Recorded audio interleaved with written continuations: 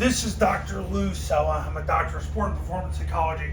One thing I've learned about the trap play in all my years of doing this is it's really something that can solve a lot of problems no matter what the C-gap player does on the zone dive, whether he comes up the field or comes down. Because here's the thing.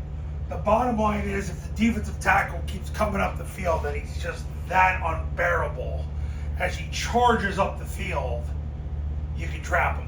Because all the guard does is, because he can't block him anyway, he just gets out of the way and he'll block whatever backer shows in the A gap. Then the center blocks back, and then the guard opens it, backside guard opens it 90 degrees, replaces the guard, replaces the center, replaces the guard, and then traps the two technique. So when the two technique or three technique charges up the field, you trap him. And then the quarterback takes the snap, jumps play side, points the ball over to center.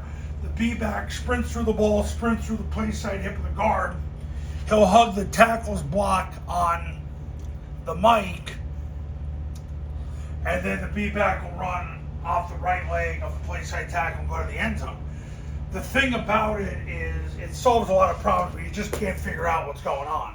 Because a lot of times, and I've said this before, this is something Army and Air Force aren't that concerned with.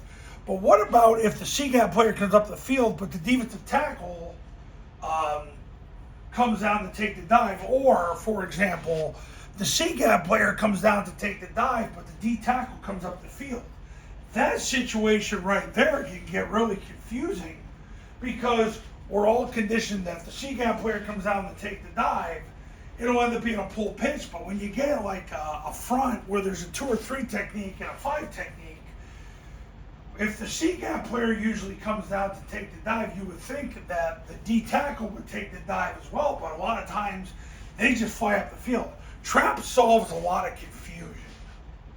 And that's the thing about the trap. It solves a lot of confusion because you're going to trap the defensive tackle when he flies to the field. And especially if you're having trouble getting movement on the triple team, just have the guard get out of the way and have the center block back and the backside guard trap the tackle and then just hit it quick.